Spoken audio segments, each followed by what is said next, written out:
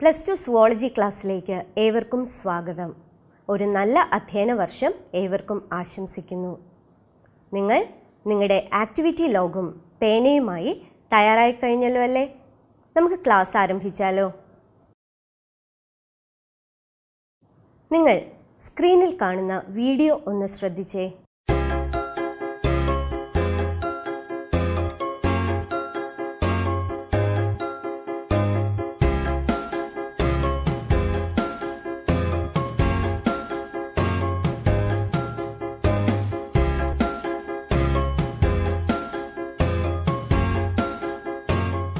Video കണ്ടല്ലോ അല്ലേ? എന്തൊക്കെയാണ് നിങ്ങൾ കണ്ടത്? ഒരു തള്ളക്കോഴി മുട്ടയിട്ട് കുഞ്ഞുങ്ങളെ വിരിയിക്കുന്നു. മുട്ടയിടുന്ന ജീവികൾക്ക് എന്ത് പേരാണ് വിളിക്കുന്നത്? നിങ്ങൾക്കറിയാമല്ലോ അല്ലേ? ആക്ടിവിറ്റി ലോഗിൽ ഒന്ന് രേഖപ്പെടുത്തിക്കോളൂ. എഴുതിക്കഴിഞ്ഞോ? ഒവിപാരസ് എന്ന് തന്നെയല്ലേ നിങ്ങൾ എഴുതിയത്? സ്ക്രീനിൽ നോക്കി അതിൻ്റെ ഡെഫിനിഷനും കൂടി പുസ്തകത്തിൽ രേഖപ്പെടുത്തിക്കൊള്ളുക. കൂട്ടത്തിൽ അതിൻ്റെ ഉദാഹരണങ്ങളും രേഖപ്പെടുത്തുക. എഴുതിക്കഴിഞ്ഞോ?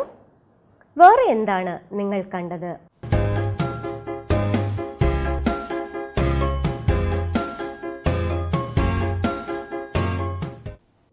ഒരു പൂച്ചയും കുറേ കുഞ്ഞുങ്ങളും. How does cat produce their young ones? Yes, you are right. Cat gives birth to young ones. കുഞ്ഞുങ്ങളെ പ്രസവിക്കുന്നവയ്ക്ക് വിളിക്കുന്ന പേരെന്താണ്? ആക്ടിവിറ്റി ലോഗിൽ എഴുതുകയല്ലേ? എഴുതിക്കഴിഞ്ഞോ? വിവിപാരസ് എന്ന് തന്നെയല്ലേ നിങ്ങൾ എഴുതിയത്? സ്ക്രീനിൽ നോക്കി ചിത്രത്തിൽ നിന്ന് എക്സാമ്പിൾസും അതോടൊപ്പം ഡെഫിനിഷനും രേഖപ്പെടുത്തിക്കൊള്ളുക. ഇനി നിങ്ങൾക്ക് കണ്ടുപിടിക്കാനായി ഒരു ചോദ്യം. സ്ക്രീനിൽ തെളിയുന്ന ചിത്രങ്ങൾ നോക്കി ഉത്തരം കണ്ടെത്താനായിട്ട് ശ്രമിക്കുക. Is there any organism that produce eggs which are retained in their body till they hatch? മുട്ട വിരിയുന്നത് വരെ തങ്ങളുടെ ശരീരത്തിൽ സൂക്ഷിക്കുന്ന ഏതെങ്കിലും ജീവികളെക്കുറിച്ച് നിങ്ങൾക്കറിയാമോ? അറിയാമെങ്കിൽ അതിൻ്റെ പേര് നിങ്ങൾ ആക്ടിവിറ്റി ലോഗിൽ രേഖപ്പെടുത്തേണ്ടതാണ്. What do you call such organisms? Give 2 examples. ഇതിന് സൂചകം എന്ന് പറയുന്നത് സ്ക്രീനിൽ തെളിയുന്ന ചിത്രങ്ങളാണ്. ഇതിന് ഉത്തരം കണ്ടെത്താൻ നിങ്ങൾക്ക് കഴിയുന്നില്ല എങ്കിൽ നിങ്ങളുടെ അധ്യാപകരുടെ സഹായം തേടാവുന്നതാണ്. ഇനി നമുക്കൊരു വീഡിയോ കണ്ടാലോ?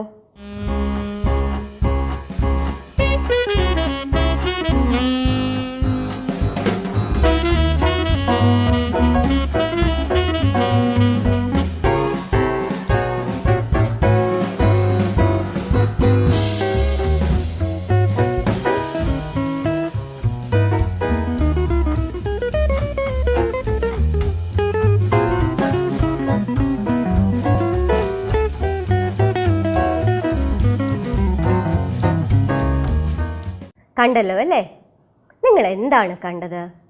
Yes, that process is referred to as reproduction. What is reproduction? It is the process by which organisms give rise to young ones of their own kind. അവരുടെ തന്നെ കുഞ്ഞുങ്ങൾക്ക് ജന്മം നൽകുന്ന പ്രോസസ്സിന് പറയുന്ന പേരാണ് പ്രത്യുൽപാദനം അഥവാ റീപ്രൊഡക്ഷൻ. റീപ്രൊഡക്ഷൻ എത്ര തരത്തിലുണ്ട്? How many types of reproduction are there? ശരിയാണ് നിങ്ങൾ പറഞ്ഞത്. Asexual reproduction and sexual reproduction. സ്ക്രീനിൽ നോക്കി എസെക്ഷുവൽ റീപ്രൊഡക്ഷനും സെക്ഷുവൽ റീപ്രൊഡക്ഷനും ഉള്ള ഉദാഹരണം രേഖപ്പെടുത്തിക്കൊള്ളുക.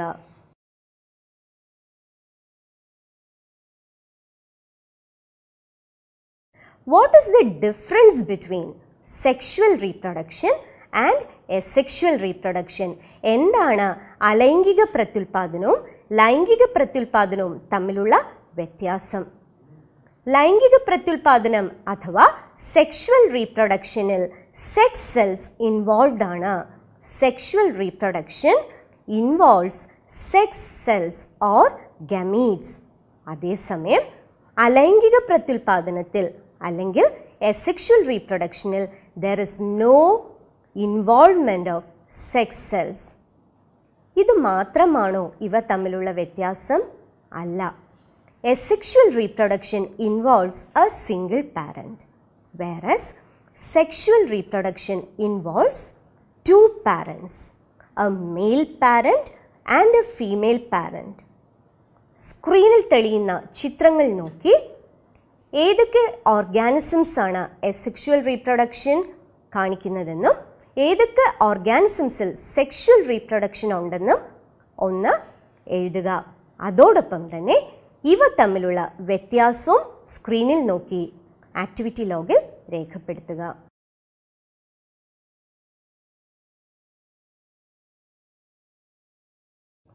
What do you call those organisms in which there is a separate male and female?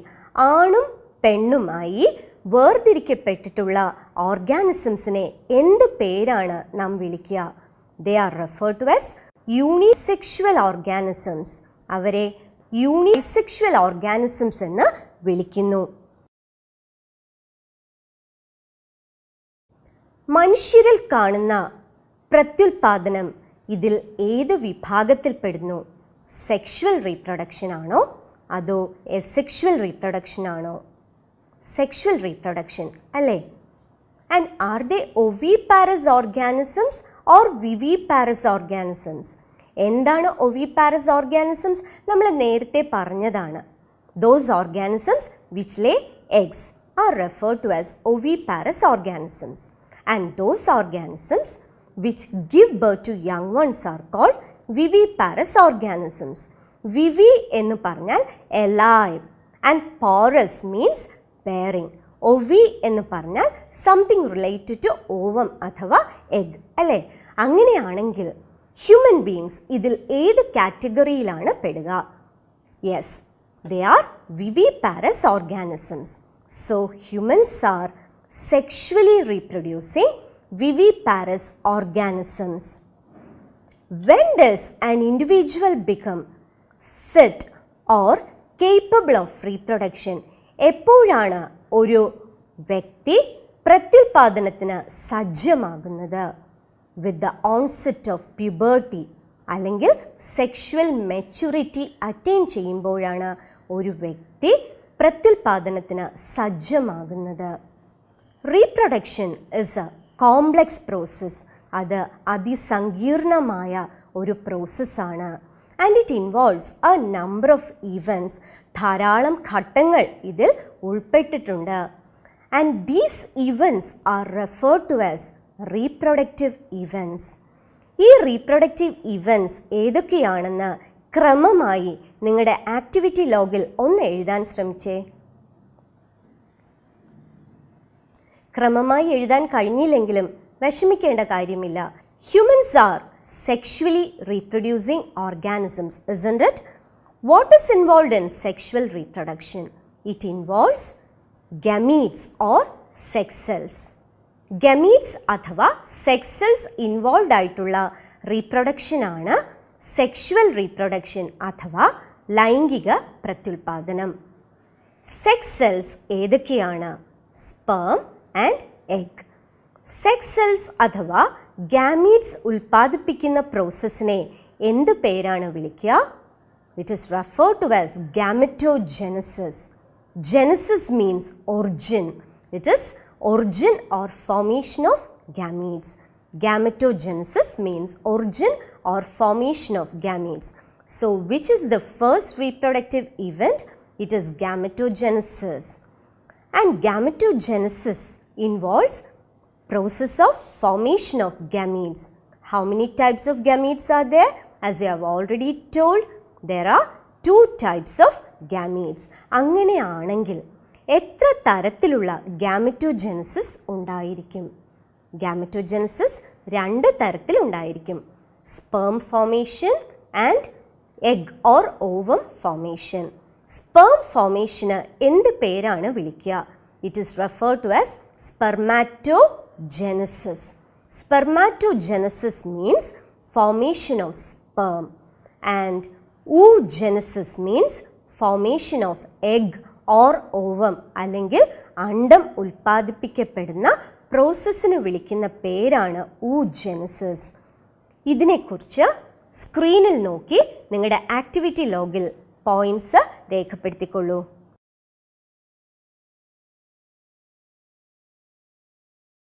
Do you know which is the next reproductive event?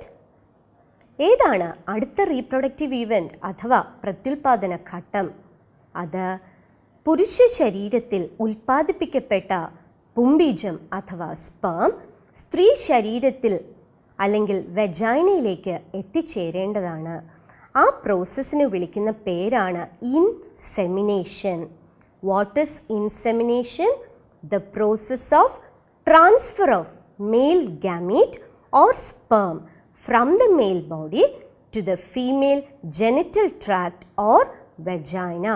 പുരുഷ ശരീരത്തിലുള്ള sperm സ്ത്രീ ശരീരത്തിൽ എത്തിച്ചേരുന്ന പ്രോസസ്സിനെ വിളിക്കുന്ന പേരാണ് ഇൻസെമിനേഷൻ. സ്ക്രീനിൽ നോക്കി ആ റീപ്രൊഡക്റ്റീവ് ഈവൻറ്റും ആക്ടിവിറ്റി ലോഗിൽ രേഖപ്പെടുത്തുക. What will happen after insemination? Sperm and egg, they have come together and they fuse with each other. Fusion of sperm and egg is called fertilization അല്ലെങ്കിൽ ബീജ സംയോഗം.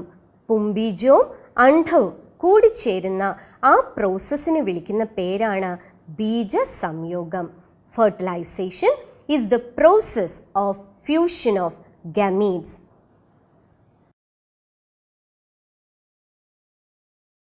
What is the product of fertilization? നിങ്ങൾ മുൻപ് പഠിച്ചിട്ടുള്ളതാണ്. The product of fertilization is zygote. അങ്ങനെയാണെങ്കിൽ അടുത്ത reproductive event ഏതാണ്? It is zygote formation. Fertilization results in zygote formation. Zygote അഥവാ സിക്താണ്ഡത്തിൽ എത്ര കോശങ്ങളുണ്ട്? സിക്താണ്ഡം അഥവാ സൈഗോട്ടിൽ ഒരൊറ്റ കോശം മാത്രമേ ഉള്ളൂ. Zygote single celled in nature. Now what will happen to the zygote?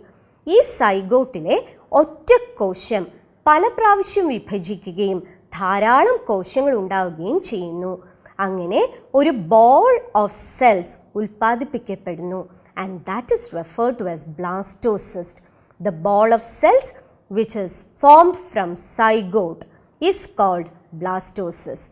The next reproductive event is transformation of zygote to blastocyst. സ്ക്രീനിൽ നോക്കി അതും ആക്ടിവിറ്റി ലോഗിൽ രേഖപ്പെടുത്തുക.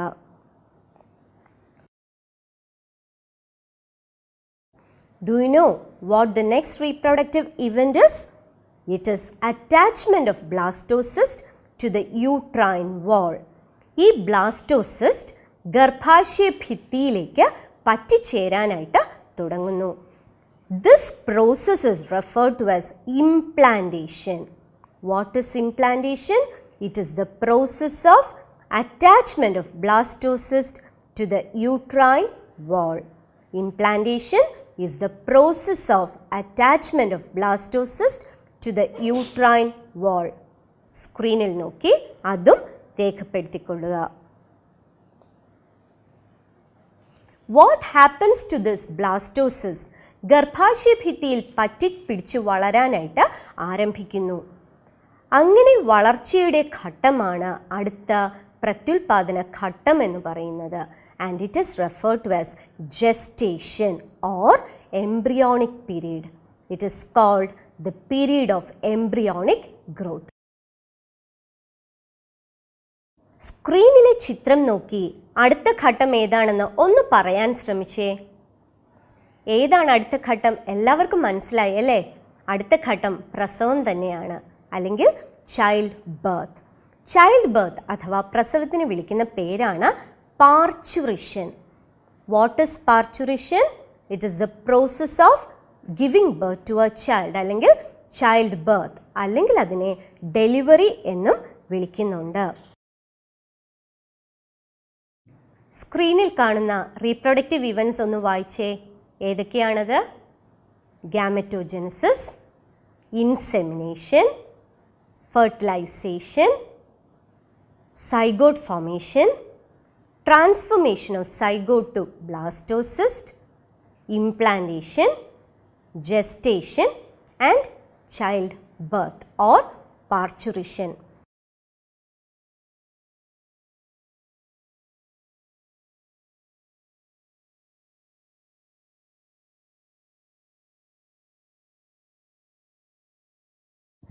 ഇന്ന് എന്തൊക്കെയാണ് നമ്മൾ പഠിച്ചത്?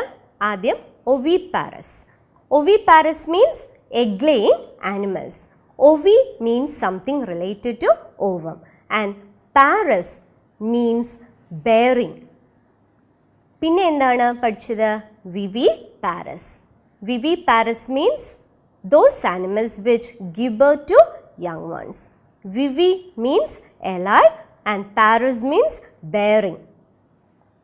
പിന്നെ നമ്മൾ റീപ്രൊഡക്ഷൻ എന്താണെന്ന് പഠിച്ചു. റീപ്രൊഡക്ഷൻ എന്താണ്? It is the process of production of young ones of their own kind. Reproduction എത്ര തരമുണ്ട്? 2 തരം, എസെക്ഷുവൽ ആൻഡ് സെക്ഷുവൽ റീപ്രൊഡക്ഷൻ. ഇതിൽ ഏത് ടൈപ്പ് ഓഫ് റീപ്രൊഡക്ഷനിലാണ് 2 പാരൻസ് ഇൻവോൾവ് ആയിട്ടുള്ളത്? അതെ, sexual reproduction.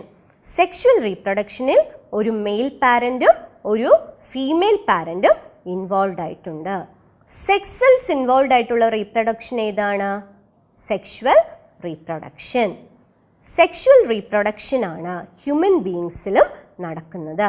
Human beings R sexually reproducing viviparous organisms and they are unisexual in nature. That means sexes are separate. Reproduction അതിസങ്കീർണമായ ഒരു പ്രക്രിയയാണ്. അത് വിവിധ ഘട്ടങ്ങളിലൂടെ കടന്നു പോകുന്നു എന്നും നമ്മൾ പഠിച്ചു. ആ ഘട്ടങ്ങളെയാണ് റീപ്രൊഡക്റ്റീവ് ഇവൻറ്റ്സ് എന്ന് വിളിക്കുന്നത്. റീപ്രൊഡക്റ്റീവ് ഇവൻറ്റ്സിൽ ആദ്യത്തേത് ഗാമറ്റോജെനസിസ്, ഫോർമേഷൻ ഓഫ് ഗാമീറ്റ്സ്. രണ്ടാമത്തേത് ട്രാൻസ്ഫർ ഓഫ് ഗാമീറ്റ്സ്, അതായത് transfer of male gamete to female body. What do you call that process? It is called insemination. അത് കഴിഞ്ഞാൽ ഫെർട്ടിലൈസേഷൻ നടക്കുന്നു. ഫെർട്ടിലൈസേഷൻ്റെ ഫലമായിട്ട് സൈഗോട്ട് അഥവാ സിക്താണ്ഡം ഉണ്ടാകുന്നു. And what happens to this zygote? This zygote is transformed to a blastocyst. എന്താണ് blastocyst? It is a mass or ball of cells. ഈ blastocyst ഗർഭാശയ ഭിത്തിയിൽ അഥവാ യൂട്രൈൻ വോളിൽ പറ്റിപ്പിടിച്ച് വളരാൻ തുടങ്ങുന്നു. And that event is called the period of gestation. Gestation കഴിഞ്ഞാൽ പാർച്ചുറിഷൻ അഥവാ ചൈൽഡ് ബർത്ത് നടക്കും. ഇത്രയും കാര്യങ്ങളാണ് നമ്മൾ പഠിച്ചത്. ഇത് ഓർഡറിൽ എഴുതാൻ ആരെങ്കിലും വിട്ടുപോയിട്ടുണ്ടെങ്കിൽ അത് തിരുത്തി എഴുതിക്കൊള്ളുക. ഇനി ആക്ടിവിറ്റി ലോഗിൽ സ്ക്രീനിൽ തെളിയുന്ന ചോദ്യങ്ങൾ എഴുതിയെടുത്ത ശേഷം വേഗത്തിൽ അതിന് ഉത്തരം കൂടെ എഴുതേണ്ടതാണ്. റെഡിയല്ലേ? First question, what is gametogenesis? എന്താണ് ഗാമറ്റോജെനസിസ്? ചോദ്യം എഴുതിക്കഴിഞ്ഞോ? എങ്കിൽ രണ്ടാമത്തെ ചോദ്യം, what do you call the process of transfer of sperm to the female genital tract or vagina? പുരുഷ ശരീരത്തിൽ നിന്ന് പുംബീജം സ്ത്രീ ശരീരത്തിലേക്ക് എത്തിക്കുന്ന പ്രോസസ്സിന് വിളിക്കുന്ന പേര് എന്താണ്? What do you call the process of transfer of sperm to the female genital tract? ചോദ്യം എഴുതിക്കഴിഞ്ഞോ?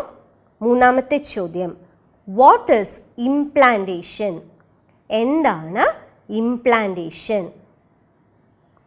വേഗം ഈ 3 ചോദ്യങ്ങൾക്കുള്ള ഉത്തരം നിങ്ങളുടെ ആക്ടിവിറ്റി ലോഗിൽ എഴുതുക.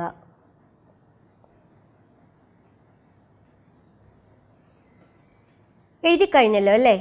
ഇനി നിങ്ങൾക്ക് ചെയ്യാനുള്ള ഒരു ആക്ടിവിറ്റിയാണ് സ്ക്രീനിൽ തെളിയുന്നത്. ആ ആക്ടിവിറ്റി നിങ്ങളുടെ ആക്ടിവിറ്റി ലോഗിൽ രേഖപ്പെടുത്തിയിട്ട് പിന്നെ അതിന് ഉത്തരം കണ്ടെത്തി എഴുതേണ്ടതാണ്. Question 1. Prepare a flowchart showing the various reproductive events. I repeat, prepare a flowchart showing the various reproductive events. പ്രത്യുൽപാദനത്തിലെ വിവിധ ഘട്ടങ്ങളെ ഒരു ഫ്ലോ ചാർട്ടായി എഴുതുക. പ്രത്യുൽപാദനത്തിലെ വിവിധ ഘട്ടങ്ങളെ ഒരു ഫ്ലോ ചാർട്ടായി എഴുതുക. ക്വസ്റ്റ്യൻ എഴുതിയല്ലോ അല്ലേ? രണ്ടാമത്തെ ചോദ്യം. Group the reproductive events under 2 headings. Hint, pre-fertilization events and post-fertilization events. പ്രത്യുൽപാദന ഘട്ടങ്ങളെ 2 തരംതിരിച്ച് ഒരു പട്ടിക തയ്യാറാക്കുക. പ്രത്യുൽപാദന ഘട്ടങ്ങളെ 2 തരംതിരിച്ച് ഒരു പട്ടിക തയ്യാറാക്കുക. സൂചിക: ബീജസംയോഗത്തിന് മുൻപുള്ള ഘട്ടം, ബീജസംയോഗം കഴിഞ്ഞുള്ള ഘട്ടം. അത് പൂർത്തിയാക്കാനുള്ള ടേബിളും സ്ക്രീനിൽ തന്നെ കൊടുത്തിട്ടുണ്ട്. പൂർത്തീകരിച്ച ആക്ടിവിറ്റി നിങ്ങളുടെ അധ്യാപകർ തരുന്ന നിർദ്ദേശമനുസരിച്ച് ക്ലാസ് ഗ്രൂപ്പിൽ പോസ്റ്റ് ചെയ്യുകയോ കൈവശം സൂക്ഷിക്കുകയോ ചെയ്യുക. റീപ്രൊഡക്റ്റീവ് ഇവൻറ്റ്സ് ആണ് നമ്മൾ ഇതുവരെ പറഞ്ഞു നിർത്തിയത്. അടുത്ത് സ്ക്രീനിൽ കാണുന്ന ചിത്രം നോക്കി അതിലെ വിവിധ ഭാഗങ്ങൾ ഏതൊക്കെയാണെന്ന് പുസ്തകത്തിൽ രേഖപ്പെടുത്തുക.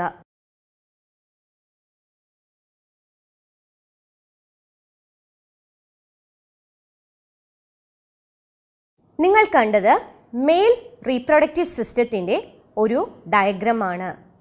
ഏതൊക്കെ പാർട്സ് ആണ് നിങ്ങൾക്ക് അതിൽ നിന്ന് പറയാൻ സാധിക്കുക? അതെ, ഒരു pair of tests. Mail reproductive system consists of a pair of testes. Then what did you see? Testes കഴിഞ്ഞ് പിന്നെ അതിൽ സെമിനിഫറസ് ട്യൂബ്യൂൾസ് മാർക്ക് ചെയ്തിട്ടുണ്ടായിരുന്നു. സെമിനിഫറസ് ട്യൂബ്യൂൾസ് മാത്രമേ ഉള്ളായിരുന്നോ? ഇല്ല, ഇനിയും ഒരുപാട് ഭാഗങ്ങൾ അതിൽ ഉണ്ടായിരുന്നു. ഏതൊക്കെയാണ് വിവിധ ഭാഗങ്ങൾ എന്ന് നമുക്ക് നോക്കാം. Mail reproductive system consist of A pair of tests, accessory ducts, accessory glands and external genitalia or penis. Accessory ducts ഏതൊക്കെയാണ് എന്ന് ചോദിച്ചാൽ സെമിനിഫറസ് ട്യൂബ്യൂൾസിൽ നിന്ന് ആരംഭിക്കുന്ന rete testis, vasa efferentia, epididymis, vas deferens and urethra. Accessory glands include prostate gland, bulbourethral glands and seminal vesicles. എവിടെയാണ് tests സ്ഥിതി ചെയ്യുന്നത്? Mail reproductive system സ്ഥിതി ചെയ്യുന്നത് നമ്മുടെ പെൽവിക് റീജിയനിലാണ്. എന്നാൽ ടെസ്റ്റസ് സ്ഥിതി ചെയ്യുന്നത് അബ്ഡോമിനൽ ക്യാവിറ്റിയുടെ പുറത്താണ്. Tests is located outside the abdominal cavity in a pouch referred to as the scrotum. Scrotum അഥവാ വൃഷണ സഞ്ചിക്കുള്ളിലാണ് ടെസ്റ്റസ് അല്ലെങ്കിൽ വൃഷണം സ്ഥിതി ചെയ്യുന്നത്. നിങ്ങൾ സ്ക്രീനിൽ കാണുന്ന വീഡിയോ ഒന്ന് ശ്രദ്ധിച്ചേ. The role of the male reproductive system is to produce and deliver sperm to fertilize an egg in the female. These sperm are produced outside the body cavity by the testicles or testes, which are located in the scrotum. The scrotum protects and supports the male reproductive parts that are located outside the body cavity. This includes the testicles, epididymis, and vas deferens. The testicles produce about 300 million sperms each day. However, this is possible only if the temperature of the testicle is 2 to 3 degrees Celsius less than the normal body temperature or about 93.2 degrees Fahrenheit. The scrotum maintains this temperature by adjusting how close it holds the testicles to the body. Is there any significance for this peculiar location? എന്താണ് ഈ ഒരു പ്രത്യേക ലൊക്കേഷൻ്റെ significance എന്ന് ചോദിച്ചാൽ, For the normal development of sperm, they require a temperature 2 to 2.5 degrees Celsius lower than the normal body temperature. നമ്മുടെ സാധാരണ ശരീര ഊഷ്മാവിനേക്കാൾ 2 മുതൽ 2.5 ഡിഗ്രി സെൽഷ്യസ് വരെ കുറഞ്ഞ താപനിലയാണ് സ്പേം ഡെവലപ്മെൻറ്റിന് ആവശ്യം. അതുകൊണ്ടാണ് ടെസ്റ്റിസ് അബ്ഡമിനൽ ക്യാവിറ്റിക്ക് പുറത്ത് ലൊക്കേറ്റ് ചെയ്തിരിക്കുന്നത്.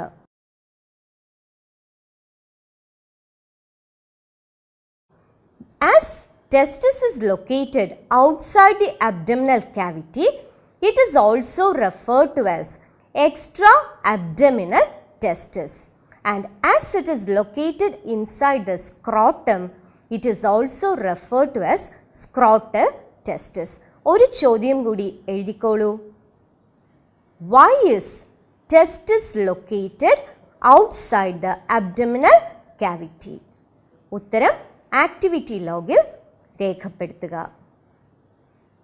ഇന്നത്തെ ക്ലാസ്സിലെ സംശയങ്ങൾ ദൂരീകരിക്കുന്നതിനായി നിങ്ങൾക്ക് നിങ്ങളുടെ അധ്യാപകരുടെ സഹായം തേടാവുന്നതാണ്.